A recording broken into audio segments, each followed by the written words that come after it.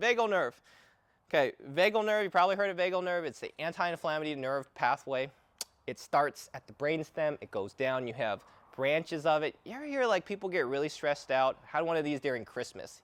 And I go see his in-laws, his whole face locked up. He got Bell's palsy. You ever hear about that? Face locks up, can't move the face. Okay.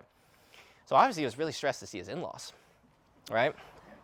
So the whole face locked up, comes in for treatment. Now that's just a nerve track, and that branch of the nerve system that helps you relax, helps you turn down excitement, that's responsible for helping you turn inflammation down. It's also responsible, it doesn't just go here. The reason why you hear people talk about it so much is it goes down through the body, it spreads out, it innervates with all your organs and your lungs.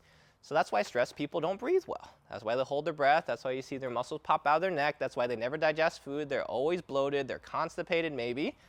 I say maybe because if you have methane-based bacteria, you have explosive poop, and you go, I don't have a gut problem, I go all the time. You have a gut problem, it's just methane-based, it's not hydrogen-based, okay? So these are different things that someone can have. Now that vagal, the reason I'm speaking specifically to the vagal inflammatory reflex, in fascia, it's actually got its own system, it has its own scan. So I had a doctor that came to me, and whenever he got nervous, he had to stop in the middle of the road, pull over, and he had to go use the bathroom. I don't know if you ever had that. Why? Because his stress system was dysregulated. He had the vagal inflammatory reflex. I treated it, and he sent me a message. He goes, "You're a wizard, Harry. I'll be a return customer."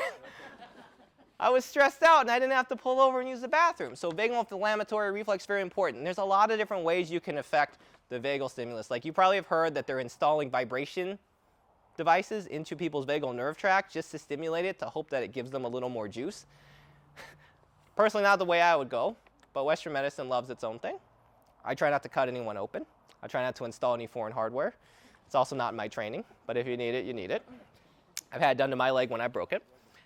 You know, I would rather test it differently and treat it in a way that probably the body is going to appreciate that works with these systems, not a foreign system, if that makes sense.